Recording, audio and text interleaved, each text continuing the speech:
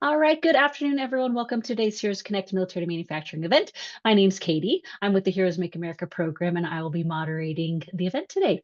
So today we're highlighting a company that you may or may not have heard of, but they might just have products in your home, or maybe someone you know's home that you just can't see because it's behind maybe the paint and the carpet and the other products in your home. So I'm excited to have the LP Building Solutions team here today to talk with you more about the company, the products, the various opportunities for employment, post-military career, and really also for you to be able to ask questions to them about their experiences, because we've got a lot of folks here today, prior military, who have now gone in and worked for LP Building Solutions. So we really do these events to help you as a military affiliated job seeker better know the industry overall, so better to understand manufacturing and the different companies that are available and the different opportunities that you can explore as you're searching for your next career. So let's go ahead and get started. Before we jump into today's event, I do want to go over some housekeeping items just because the event is being recorded. So I want to make sure that there's a clean recording. So make sure that you're muted. We're going to send this out as a recap email so that you have it as well. And then lastly, even though we're muted, I don't want that to limit questions. If you have any questions throughout the event, just drop it in the chat. We'll come back to it at the end. We'll have Q&A the last 15 minutes or so at the back end. And so I'll read off your questions. So just drop them in the chat while you're thinking about it, and I'll come back to it. To start off, though, and to give our presenters an idea of where you all are, because they obviously have locations all over the country, looking at, where are you job searching? So if you already know city and state, where are you looking, or maybe just a general region, drop that in. And then if you happen to know types of positions you're looking for, so if you're looking for logistics jobs, maintenance positions, production supervisor, whatever it is, right? If you're kind of looking for a specific route, go ahead and drop that in. That just gives our presenters some context as they're going through their presentation. All right, so while you're doing that, if you're not familiar with Heroes Make America, we are a DoD-approved skill bridge program, and we're an Army CSP program. We're open to transitioning service members, veterans, reservists, guardsmen, and military spouses. So if you're military affiliated at all, you're able to attend our certification programs. We do provide trainings in 4 kind of main areas that go towards the manufacturing and supply chain industry. You can see here our program managers and those 4 areas I was talking about. So we train in manufacturing operations production, we train in logistics, industrial systems maintenance, as well as our newest pathway for aircraft mechanics, which is earning their FAA airframe and power plant certifications. We're going to drop in our contact information to the chat so you can connect with us if you do have any questions. And then also don't forget to tell your battle buddies. So maybe you're already in a program, or maybe it doesn't fit your timeline, but it might fit your friends' interests or their timelines. Just let them know. We are a DoD approved skill bridge, so regardless of your branch, and then an Army CSP. All right, last thing I want to mention before I pass it on over. If you happen to be in North Carolina next week, we are having an in-person career fair. So Here's Make America. We do host different virtual and in-person career fairs throughout the year. Our last one for 2025 is going to be at Fort Bragg next Thursday, September 18th, from 11 to 2. So be sure to stop by if you happen to be in the area. All right, without further ado, though, I am going to pass it on to our featured speaker today. So Molly Stark from LP, the floor is all yours. Thanks, Katie. Hey, everyone. Excited to be here today. Thank you to the Heroes team for putting this on and coordinating all of this. I know it's a lot of work, so we appreciate you guys. And more importantly, we are really excited to be in front of you guys today. We love recruiting from the military community, veterans, and veteran hiring and military community hiring is something near and dear to all of us on this phone call, and really at LP as a whole. So we're excited to be here and honor all of you guys, all that you guys do for our freedom and keeping us where we can do what we love every day. So Katie, I'll let you go to the next slide. I'll go into just kind of a brief agenda really quick. We're going to talk a little bit about LP. So I'll kind of go through that, tell you about my role a little bit, and then we will chat a little bit about careers and different pathways we have at LP. And then the more important part is really hearing from you team and making sure you guys get to hear those perspectives as well. So I'll start just briefly. Molly Stark, I'm the TA manager at LP. I've been here for about 6.5 years. In various different HR roles, but really the entire time I've been here, I've been in the recruiting space and talent acquisition. It's really something I'm passionate about, and specifically for this goal and just in general, I'm very passionate about recruiting from this group of individuals. I grew up right outside of Clarksville. If you've ever been at Fort Campbell, I'm down the road. I still live in Clarksville. Many of my family members, my dad was in the military, neighbors, friends now that are currently or have served. So it's very near and dear to me. And I love working for a company like LP that focuses on this from a talent and recruiting standpoint. So a little bit about me, and now we'll go into about LP. We can go ahead and skip to the next one, Katie. I may have. There we go. So who we are a leader in high performance building solutions at LP. So if you in your neighborhoods or in your areas have ever driven past a job site, you'll likely see LP products. So we manufacture siding for homes, and then OSB, so the interior sheathing, subflooring, and products kind of under those two categories. We are manufacturing kind of all over the US and Canada. We have, I think, 23 manufacturing sites, and our corporate headquarters is in Nashville, Tennessee. We've been around since 1972, so we've been around for a while and continuing to grow our footprint. You'll see on here, we've won more than 85 safety awards. I think the most important thing, and this is really kind of coming from the top down, the most important thing we do at LP is make sure that we are operating safely and making sure that our employees come home to their families every night. So that is of utmost importance to us, and you will see that throughout the presentation and also just in conversations that you have with any of us at LP. So we can go to the next slide.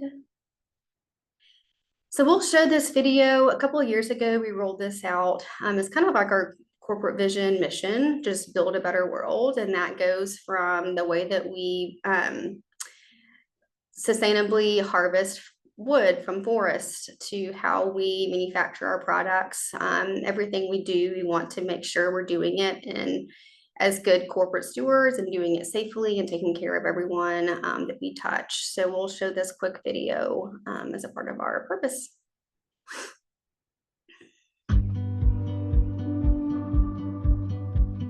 What gets you out of bed every morning? What makes you step out the door thinking, today I will make a difference?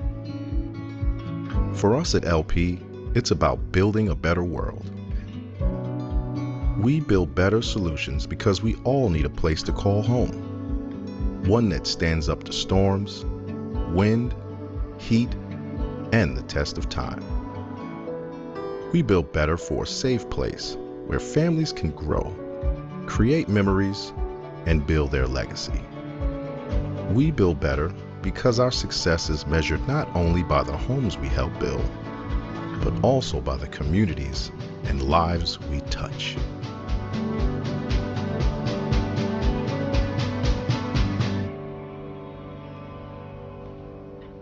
LP, building a better world.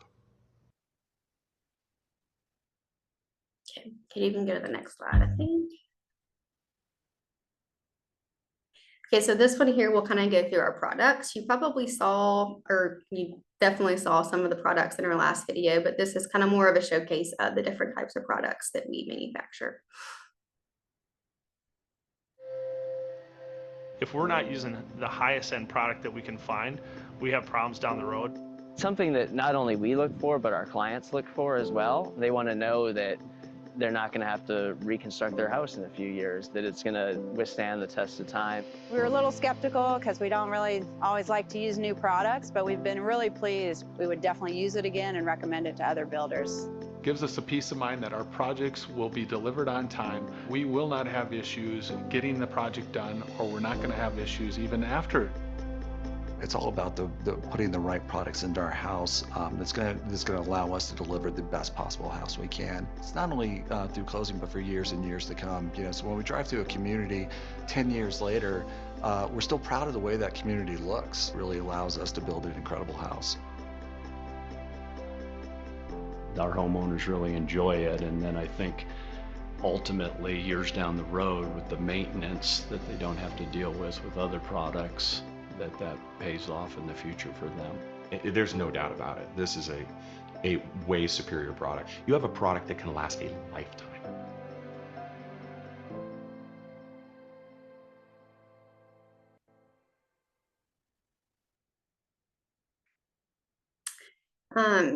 Okay, so like I mentioned earlier, we have a pretty strong commitment to the military and veteran community. We take recruiting very seriously in this area, and then also just giving back. Really since our founding, so 50 years or plus, we've recognized just this community and wanting to support, wanting to give back, wanting to provide opportunities for anyone that has served, will serve, what have you. And so one of the things related to this is we partnered, I think in 2022, with the Gary Sinise Rise program, which provides mortgage-free homes to wounded veterans. I think as of last year, we had helped build 5 mortgage-free homes. I think we're working on 1 or 2 right now. So that just kind of goes back to that commitment to helping those that have served our country. So we'll click on this video just to kind of talk a little bit about philanthropy.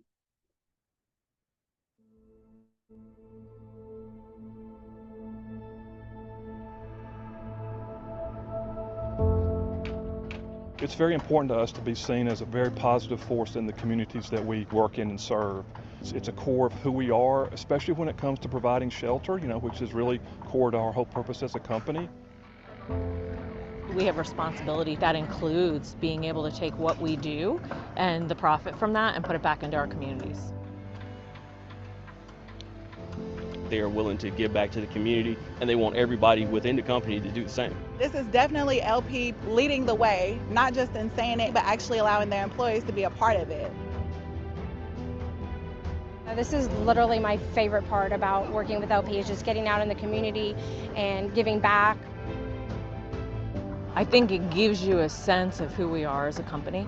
It mirrors our culture. I think it lets you know that we're proud of our products and solutions, but more importantly, we want to be here and we want to be part of what it's doing. We're here and we're literally building a better world as we speak.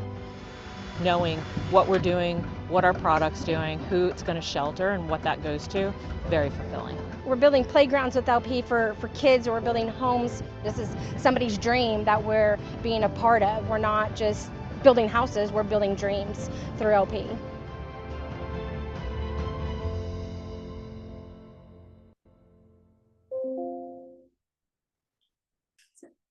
Okay, so something you guys may be curious about if you're looking for opportunities, it's just different employee benefits that we offer at LP. I've tried to condense it down. We've got a 30-page guide. So this is, I think, the highlight. There's much more to this, but obviously different medical plan options, just depending on what your family's needs are, in addition to dental and vision options. We have HSA and FSA options as well. At several of our sites, plus our corporate offices in Nashville, we have an on-site health clinic ran through our partnership with Premise Health. And essentially, that's a great place to go for doctor's visits instead of having to wait for, I think the last time I called my primary care, it took me 3 months to get in. That's a great way to just get those basic visits out of the way. Any sort of blood work you need done, or diabetes management. There's all sorts of things that those clinics provide that are on site where you're not having to go somewhere separate for those appointments. We have different maternity and fertility support options as well. Parental leave. So for maternity leave, we have 12 weeks, 100% paid. For paternity, you get 3 weeks, 100% paid. And for those that are doing adoption, you get 6 weeks, 100% paid. Military leave, we actually have several folks that take advantage of this. One of the individuals I was going to ask to be on this call is actually on military leave right now. So he hopefully will join us next time. Different types of life insurance benefits as well, employee assistance, wellness program, pet insurance. For those of you that have pets, if you have to go to the vet, that bill can get quite pricey just depending on whatever the situation is. We do offer pet insurance options, 401k and profit sharing as well. The 401k is eligible day one. I think LP matches 100% up to 5% if you enroll in that kind of auto enrollment at 6%. And then tuition assistance. So if you want to go back to school and get your degree, we also provide tuition assistance, which we will reimburse 80% of eligible expenses paid by the employee up to the IRS max, which is $5,250, I think I see. So those are just kind of a quick highlight. Like I said, there's a lot more to it. We get 10 company holidays, pretty generous PTO options as well. I got a few other ones, an LP scholarship fund. So we have several individuals whose kids are going to college now. And so you can apply for scholarships, which I think is really cool, different critical illness and other benefits as well. So I will stop there. There's a lot to it, but that's just kind of a brief overview for you guys that are interested.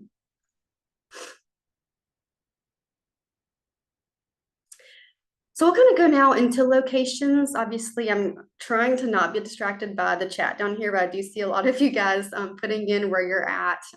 So I'll kind of go through our siding operations, which is, that exterior product that you guys probably saw in some of the videos. So these are all of our siding manufacturing locations as of right now. So most of them are kind of in the Lake State regions, we like to call.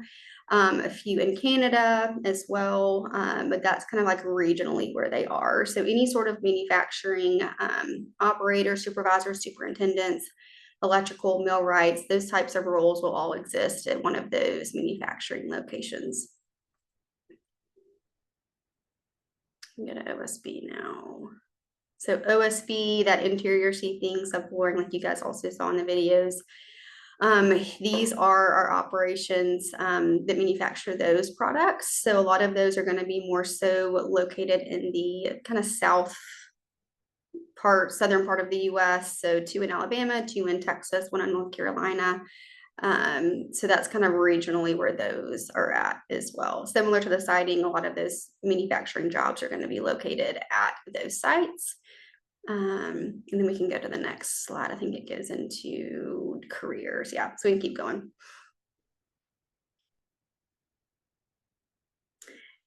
So different career paths. So like I mentioned, those manufacturing locations are where you're going to see those skilled trades, manufacturing type jobs. So a big chunk of our workforce at LP is at one of those manufacturing locations. However, we do also have home office remote jobs that work from home but travel. So several on this call are in roles like that where they work from home, but most of the time they are on the road traveling to one of those manufacturing locations. And then we also have jobs in our Nashville corporate office. So anything IT, accounting and finance, HR, legal, like jobs like that are more often than not in our corporate office. Anything sales and marketing related is likely. We do have a couple of those in Nashville, and our like leadership type roles are in Nashville, but anything kind of sales related, marketing is mostly in Nashville. Sales related is going to be in one of our regions. So we have people all across the US and Canada that are in different sales types jobs. And then for the most part, supply chain and procurement, logistics, roles like that are also working out of our Nashville office too. So if you're interested, please take a picture of this QR code on the screen, go to our jobs.lpcorp.com page. You can sign up to learn more about LP and our jobs. And when you sign up, you can then check that you want to get emails, and you will get we send out a monthly newsletter that highlights hot jobs. So whether or not we have something for you now, there may be something in a month, in 3 months that you may be interested in. And that just kind of keeps you informed on different jobs that come available at LP. Keep going here. So now we will go to our team. I will get out of the way, make room for the rest of our folks that are all great, are going to kind of tell you a bit more about their story, how they got here. So the first one I'm going to pass to is Joe in our engineering group.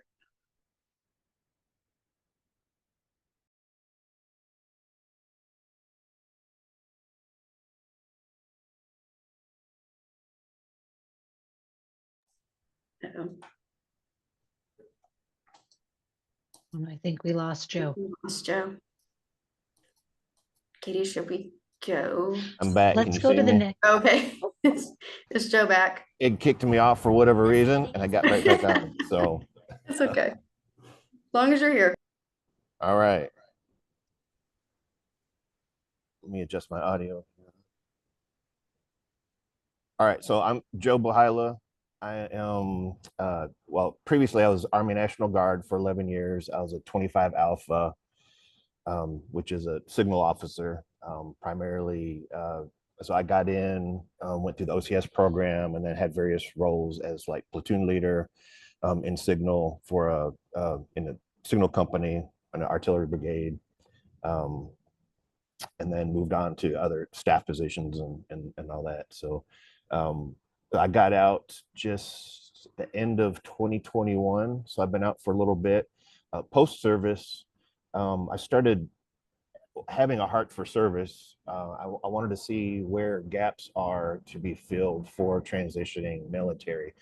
As someone in the National Guard, I didn't get to experience any of that directly.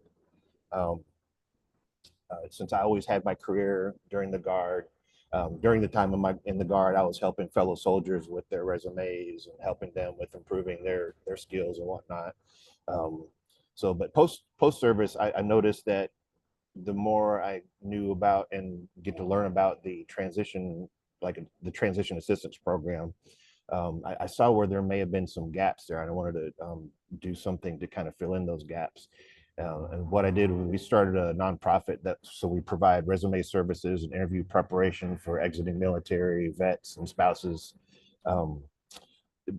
Because of my military experience, but yet I had my civilian career the entire time, I felt that I could really bridge that gap well. So after I get done talking in the chat, I'll put in the link. You can see the link there, missionstartpoint.org. I'll put my email address for the nonprofit. So if you need any help with the resumes, if you haven't started one, or if you just need some help with it, reach out to me. It's no cost to you.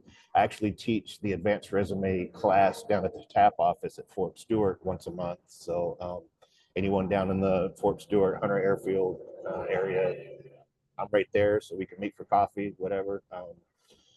So that's me in the military. In terms of LP, I've been with LP for 2 years. I'm a senior electrical controls engineer.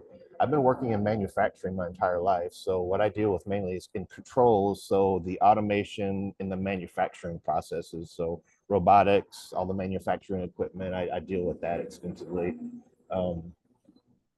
So yeah, that's kind of me with LP. Maybe some suggestions as you all are moving forward and thinking about your transitions out of the military. Number one, and I like to teach this in the classes too, this is what I really focus on, is just because this may be your first stint out into the civilian sector, don't think of yourself as entry level. Don't be shooting for the entry level positions. You are not entry level. You have tons of leadership experience and other type of experiences that everyone else in the civilian sector does not get. So don't think of yourself as entry level. Start the process early, thinking about stuff early, getting your resumes early, working on those early. And then a slide earlier in this presentation talked about the Manufacturing Institute. If you want to get into manufacturing, which is an ever-growing field and it's never going away, it's just going to grow more and more, and there'll be more need for folks, reach out to the Manufacturing Institute. They have programs where you can get into those types of roles and get some training there. So definitely reach out to them. And thanks again for having us and being able to talk about our military careers and what we do at LP and what we do in the civilian sector. And looking forward to working with you guys. Thanks.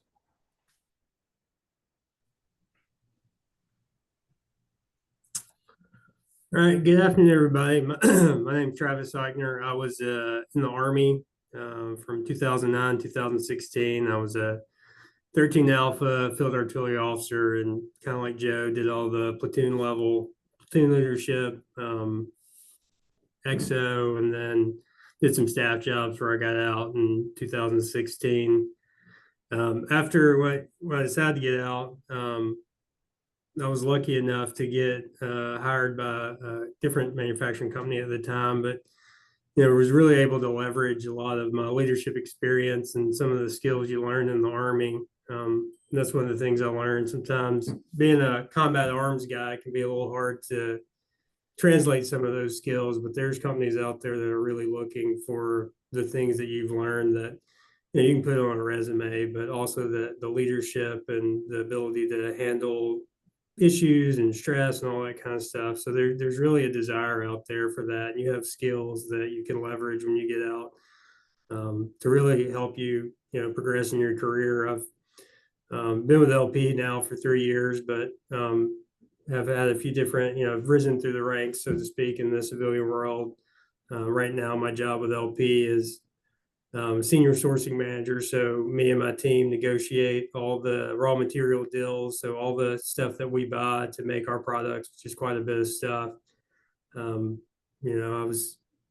got into that when I got out of the Army. It has nothing to do with field artillery, but people see that you have leadership and things that you can bring, and you can learn the business side of stuff. Don't worry about that. Just be willing to be taught. But leveraging those skills you have, I think, is really the important thing that I would hope you would leave here today, is that you've got skills you've got skills that you can bring to the table and really leverage that when you're trying to get out, and you really go places when you get into the civilian world.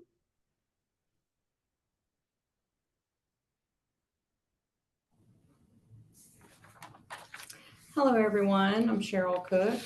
I was in the United States Marine Corps.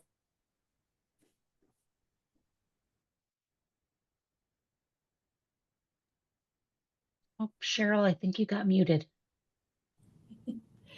Y'all just don't want to hear what I have to say, huh? Should I start over? I think we lost you you're in the Marine Corps, and that's where I lost you. Okay. I started in 1989 and I got out in 1992. I served during the Gulf War, and I am a disabled veteran. I injured my back in a training exercise. As I left the Marine Corps, I stayed in that capacity. I worked undercover for municipalities in and around Tennessee.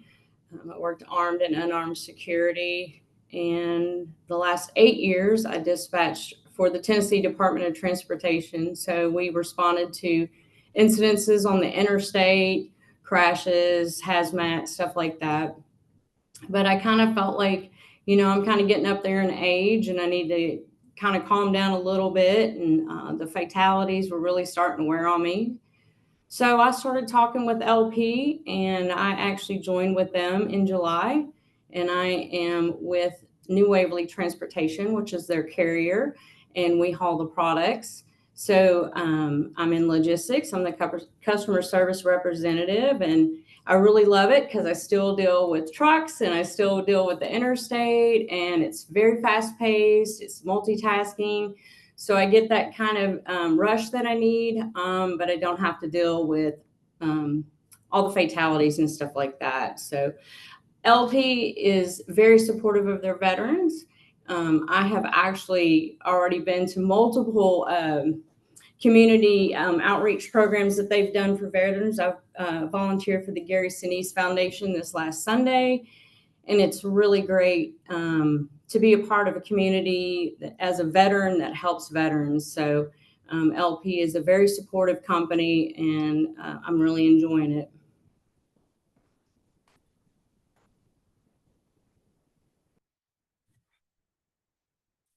Hey, good afternoon, everybody. My name's Alan Armstrong. As you can see, I was also in the United States Marine Corps, so we were all Semper Fi for all my Marines out there. I served from 2001, 2008, 2 tours in Iraq. I was did a stint with Civil Affairs Group and Anglico, and then a short stint with the Air Wing as well.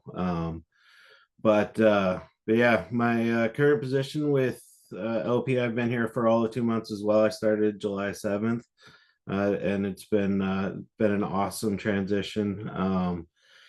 But I am the regional safety manager. So as Molly showed some of our lake states and siting side of the business, my region is that expert finish. So New York, North Carolina, and then Wisconsin as well. So I travel between those sites and help their site safety folks and the facilities there with all the things that they have. And I would just echo to the folks on this call. In my 10 years ago or thereabouts, I transitioned into manufacturing, and the first question I was ever asked was, what do you know about manufacturing? And I'll never forget it, because you don't have a good answer for that. But I was honest and told them nothing. But I don't have manufacturing experience, but I have process and people, and I think that's one of the things that we learn to a T in the military is what are our standard operating procedures? What do we do? And thinking quick on our feet with the limited information that we have, and making good decisions, and leading teams in high stress environments. And that's manufacturing is fast paced, it's stressful, can be, depending on the jobs that you have.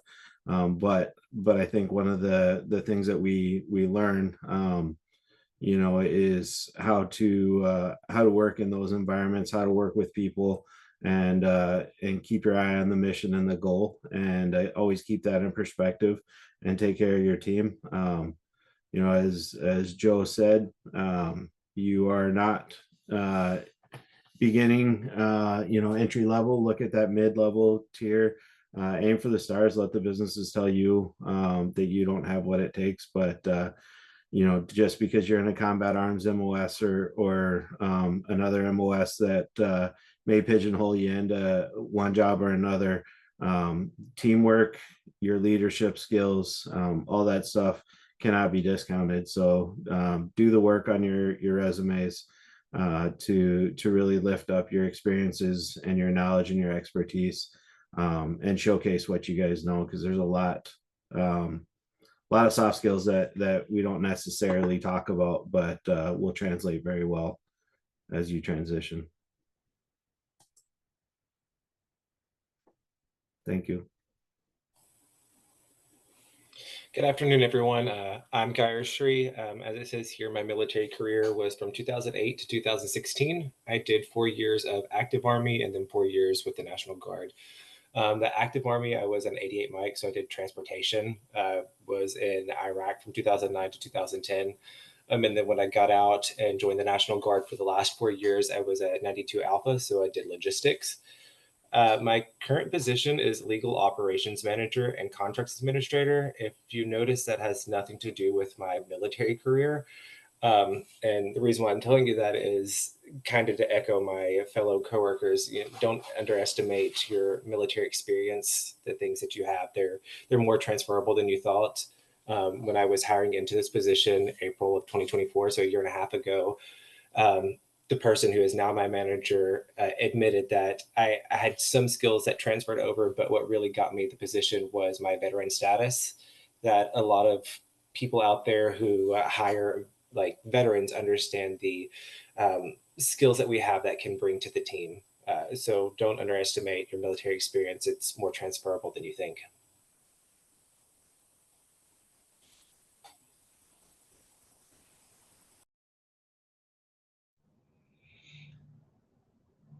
Hi, everyone. Yeah, Corey Morash. I was in the Army from 2010 to 2014. I probably had the longest MOS title that the Army might have ever had. But I did operate as a signal support specialist, played around with radios, networking equipment, a lot of IT related stuff. I was also had the luxury of staying in the coldest place the Army has to offer. So I won twice there. I did go to Afghanistan from 11 to 12, stationed in the Kandahar province. And I would go around hopping base to base, setting up radio communications for all the different outposts that were out there. I am now the global IT security manager for LP, been here for a hot minute, 7 years. And I started, as soon as I got out, I went to classes, but to kind of echo what Guy was saying, my first job was at a prison. So I won 3 times, I guess. And I didn't really have any experience I had experience in IT in the Army, but I had no civilian experience in IT. But because of the background that I had being in the military and having those soft skills and having I guess the mental I guess how should I put it? Basically, had like the tenacity to go learn and do, right? Apply myself and be like, I'm here to learn, and even if I don't know it, I will learn. I'll use what I have and apply it to what I do. And that really will get you a lot of places. And the thing that I love really about IT and the security community is it's full of veterans. It's not just a job; it's a community of people. You go to conferences, you meet someone who's been in the military. I don't think I've talked to a group of people and not one of us, or there wasn't anyone in the group who wasn't like I was in the Army or I was in the Marines. I know people who are Cav Scouts that are leading IT teams for banks now. So, to echo everyone else, you have the skills. You can learn anything that you want to, and yeah, I would probably add too. It's a bit of a sometimes it can be a bit of a grind, and the most important thing that you can do yourself a favor of is take care of your mental and your physical health. Where we all, I myself had ignored that. I was trying to do my transitioning and I was trying to grind my way up. And 3 years ago, that really kind of kicked me in the butt. So if there's any other advice I could give you, it's your mental and your physical health are always the priority. So.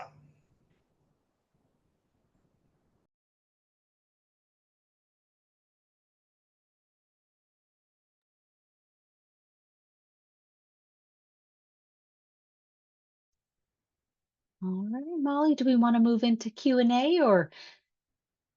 Yeah, we can do that. Okay, let me go ahead and bring everyone else up. All of our LP guys and gals. Let's see, Joe. All right. So I have a question right off the bat, because obviously a large veteran population here. There's several of you who have served. Is there a formal like veterans employee resource group at LP? Or is this kind of an informal, we just get to know all of our veterans?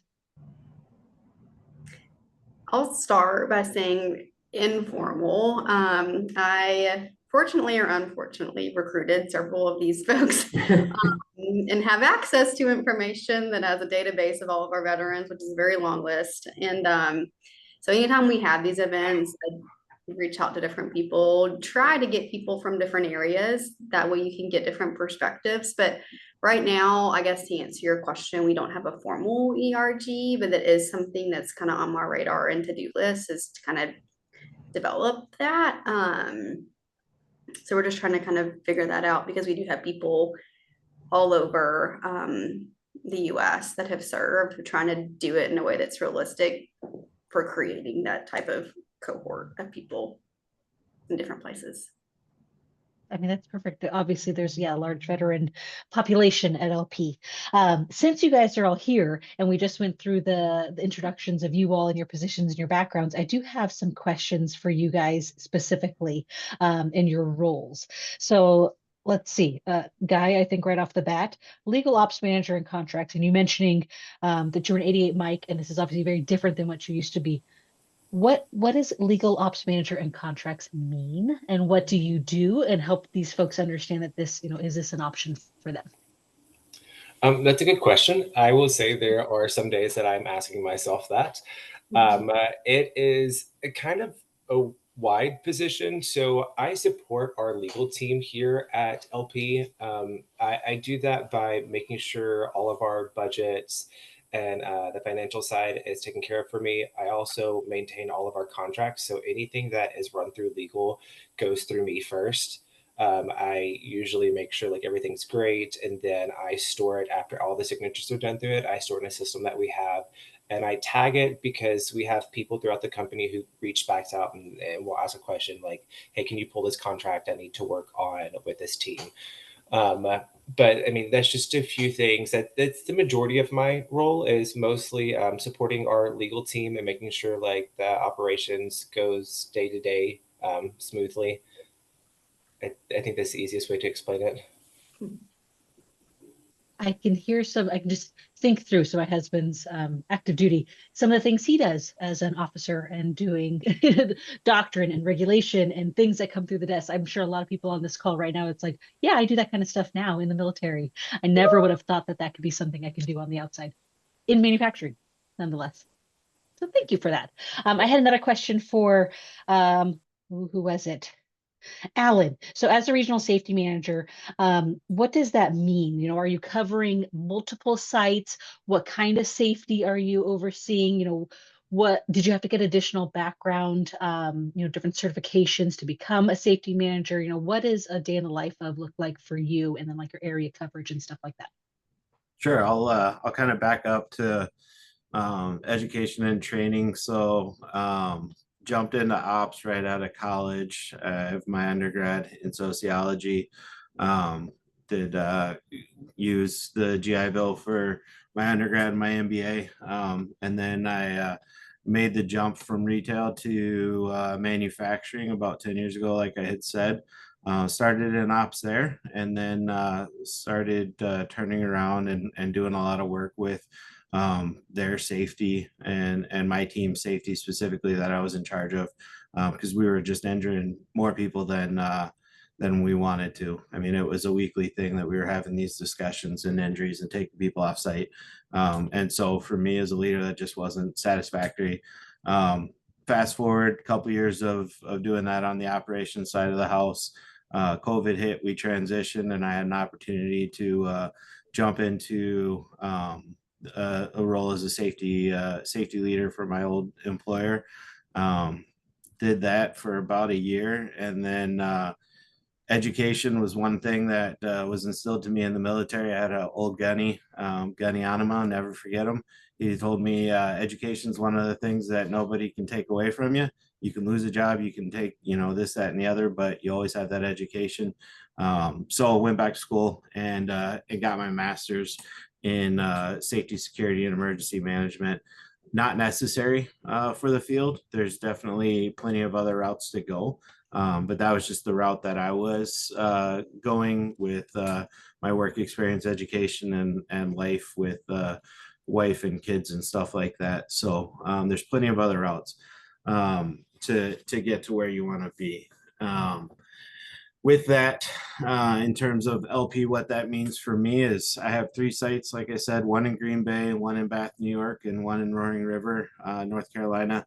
I support them on a higher level, more strategic. So at each one of those sites, I have an EHS manager that works directly with the site superintendent on all things day-to-day safety. So I get to focus more on big picture stuff, and then really it's site oversight and helping them out, jumping in to make sure that they have the tools that they need to be successful, making sure that they're being they're on top of their compliance stuff, and then being willing to roll up your sleeves and jump in where they need help, because one of my sites is going through a major construction update. So that's what he's focusing on, and that's his big focus, but there's still all these other things that need to happen. So tag in to help them out and relieve some of that stress and help them out there. Thank you, Alan. Question. It does, yeah. And of course, safety is a primary, you know, topic in the military. So everyone usually has a basis for safety. So understanding that there are roles on the outside that can continue if that's something that they're interested in, passionate about.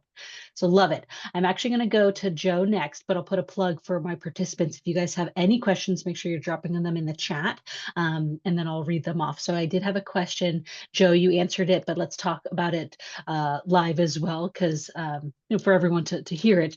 But someone had asked, you know, is there opportunities for someone with a college graduate degree, you know, mechanical engineering, focusing on robotics, and with you being an engineer and working in robotics, can you talk a little bit more about that question that was answered? And then additionally, your role, like what do you do with robotics? You know, what is that engineering side? What does that mean?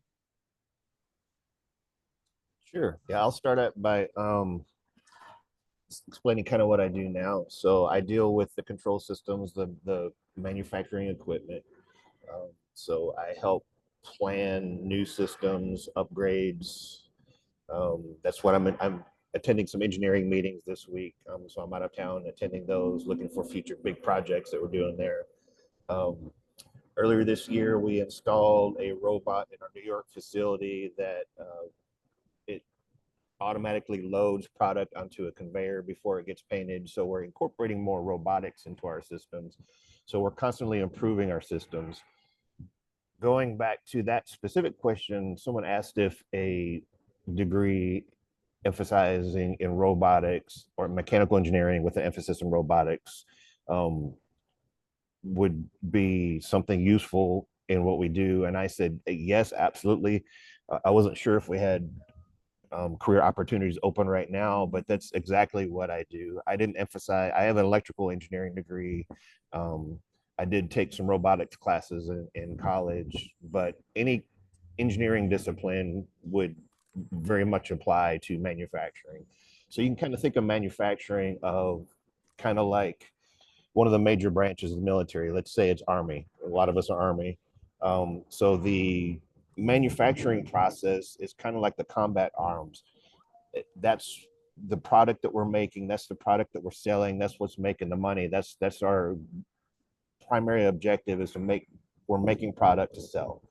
But then you have all these auxiliary things happening around. You got HR, you got legal stuff like Guy was talking about, logistics, a lot of logistics. So there's a lot of stuff on the periphery that has to happen, just like combat support roles within the Army. So you don't necessarily have to have a college degree in engineering. I started out as a mechanic when I first started in manufacturing. I went to college later on in life.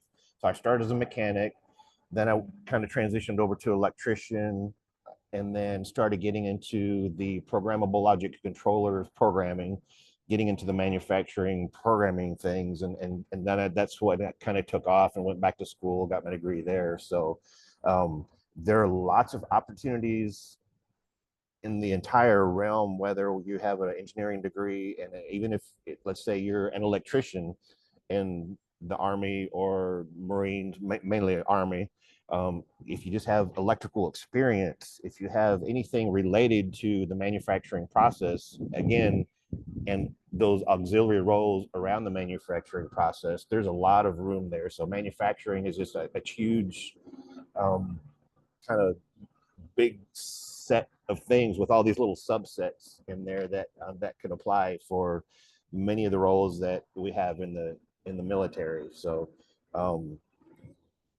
just because you don't think you have experience in, say, electrical or mechanical, there's still lots of opportunity in the manufacturing realm overall. So I hope that answers your question.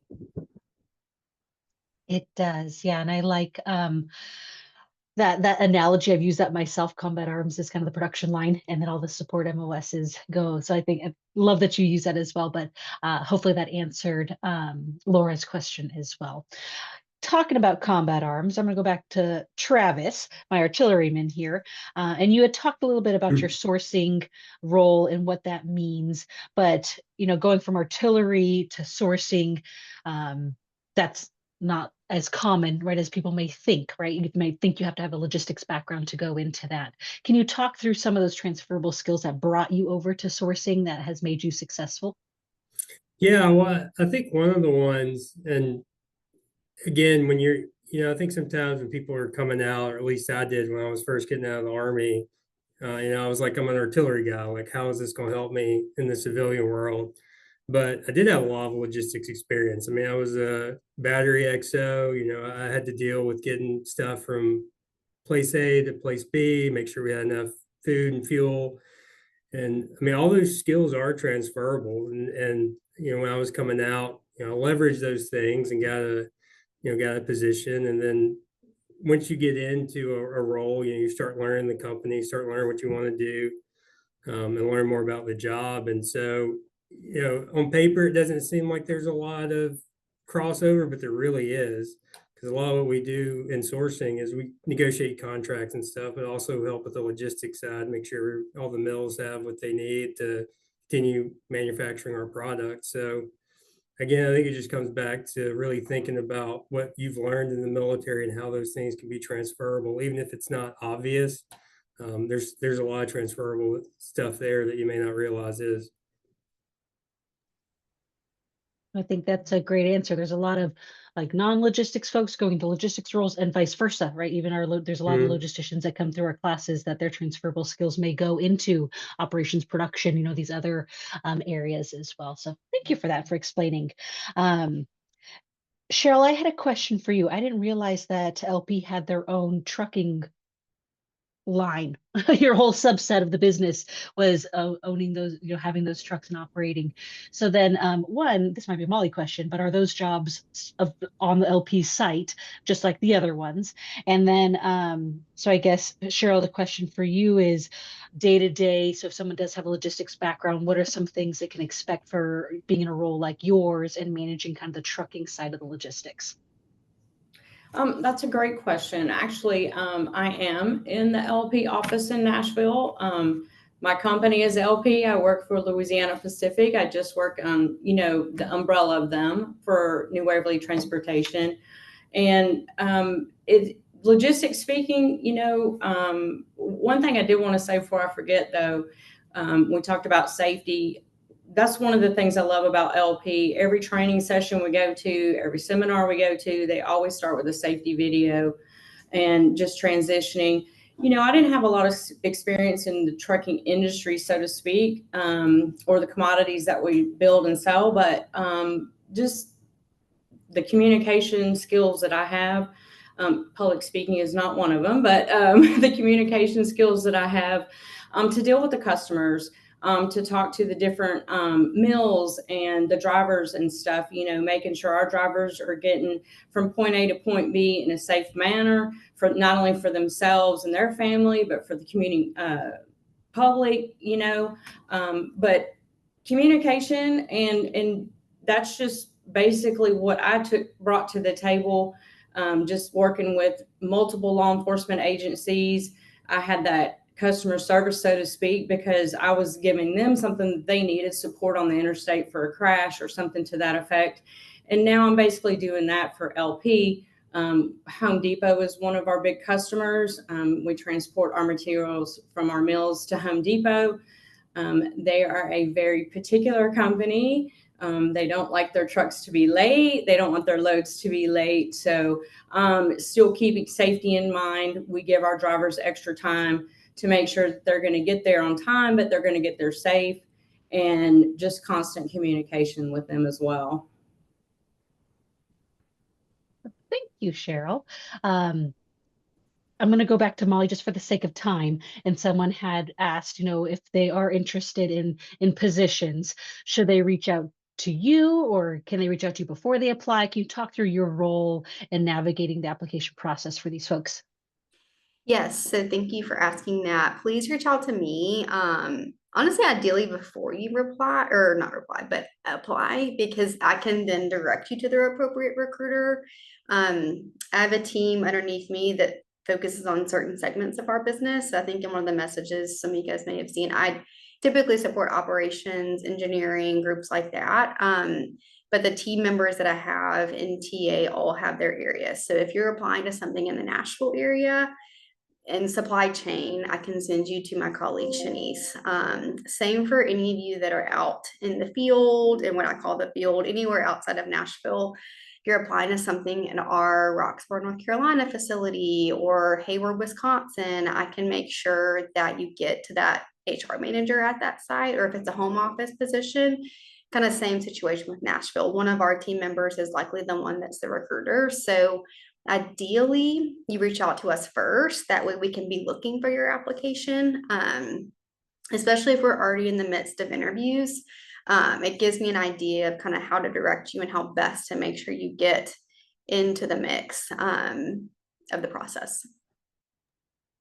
Speaking of the process, how long is an average kind of apt to hire? Because, these folks are transitioning out of the military. Some of them are ready to start working next month. Some aren't ready to work for another 5 months. So how kind of long is that timeline, and when should they be doing, starting the process? Yeah. Average is probably a great way to describe it because some will go really fast, and we do a lot of internal hiring as well. So I say that to say sometimes you may see a job out there that goes up and down pretty quick. It's because we had internal candidates already prepped and kind of planned for those roles. But I would say on average, you're looking at, I don't know, 45 days for most of our jobs. If you are transitioning in like 5 months or 6 months, I would say go ahead and reach out to me and let me know if you are interested in something at LP or maybe in the future. It helps me to kind of already know who you are and be looking for you and make sure you're in front of those hiring managers now versus when we get to the time of hiring or recruiting. Because at that point we may post and get a ton of applications and you get lost in the mix. So I would say go ahead and reach out, be proactive. And for the people on this call that are working at LP2, I know all of them are more than happy to help and assist and help guide you as well. So we recognize we may not have the perfect job for you, but we're willing to help get you to where you want to be. But I would say don't hesitate, use me as a resource, reach out via email, LinkedIn, connect with me. And make sure you're signing up for our monthly newsletters as well to stay in touch on different job opportunities. I think that's awesome that you all are willing to do that, because networking, folks, if you haven't heard it 500 times throughout your classes, is vital. So networking with Molly ahead of time, getting your name in front of her, your interest areas, she can help guide you to maybe a position. And I'm speaking for you, Molly, and correct me if I'm wrong, but maybe a position that you didn't even know you were qualified for. Right. So understanding your background and kind of helping you decipher the positions that are available. So definitely use her and the team as you're navigating your search. We did drop in the LP job career site, and I saw there on the bottom is where you join the talent community. So folks, make sure you open that link and submit your resume, get in the talent community to help the process as you move forward. I am going to go to the next slide, Molly, if you want to just talk through your different ways to connect with you, and then we'll go ahead and wrap it up. Yeah. This won't take too long. Obviously, I've talked about the talent community a couple of times now. So if you learn anything from this call, please join the talent community. So that is on here. You'll see that on our jobs page. A lot of those links below will take you to our social channels. We try to work with our marketing communications team to just make sure we're staying updated on there. We'll send out monthly, we have a LinkedIn kind of top 10 jobs post that highlights, 10 of our jobs that are out there that we're looking for talent. So make sure that you are just kind of paying attention to that. And then you'll also see our sustainability report on there. So it's kind of cool to walk through that and get an understanding of our business. I think one of the things I always encourage people as you're preparing for interviews is to just do your due diligence to understand what we do. If I could encourage you in one way, that would be one of them. The amount of times I get on interviews and I'm having to explain what LP does, that's fine to do, but I always love when someone comes prepared and can tell me, I've done the research, I saw you guys did this, I listened to your quarterly call or what have you. Not a requirement, but I think setting yourself up for success is just doing that due diligence and doing your homework to prepare. So that's what I'll say on that. Good piece of advice. Research the company before you go into your interview. Don't go in cold. Know what they make. Yes. Let's start with that. Yeah, we do. With that piece of advice, any other last pieces of advice from the LP team before we wrap it up? Start early. Don't wait. Yeah. Yep. Yeah, definitely don't wait until you're ready to get a job. Go ahead and start now. You use your resources that are available to you. You've earned them. Exhaust them, whether it's your TAP assistance at the base, go to the VA, your VA resource out. Like we have a county VA person in Minnesota that I can go to as a resource as well. So just do your due diligence, find the resources that are out there and use them because you've earned them and they're going to help you. You've got all your friends that you're passing your resume through. All my friends told me my resume was good. And so then I had to go outside my circle to find someone that's going to tell me the truth. That's just my my 2 cents. So just use those resources. They'll help you out. Thanks, Alan. Travis, I saw you unmute. I didn't know if you had something.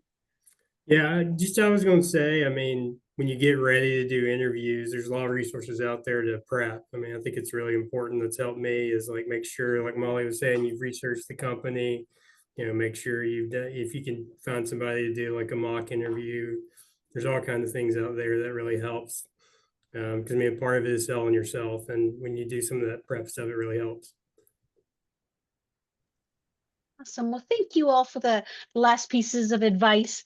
We're going to wrap it up for today. We're right at the hour. So thank you to the LP team for joining us and providing all this great context for the folks. And thank you to our participants for being here and learning about LP and all the opportunities that they have. But that's it for today. Don't let the conversation end here. Like we said, connect with these folks, reach out, ask those questions. You might come up with something tomorrow, next week. If you connect with them on LinkedIn, make sure you introduce yourself. I was on the Heroes Connect call on September 10th. Give these folks context of how you met them, and then ask your questions and continue with that. And then next week, join us. We're going from building products this week to beverages next week. We have Coca-Cola Consolidated, who's going to join us next Wednesday, September 17th at 3. So hopefully we'll see you there. But that's it for us today. You all have a good rest of your Wednesday. Thanks, everyone. Thanks for having us on, Katie. Thanks, Molly.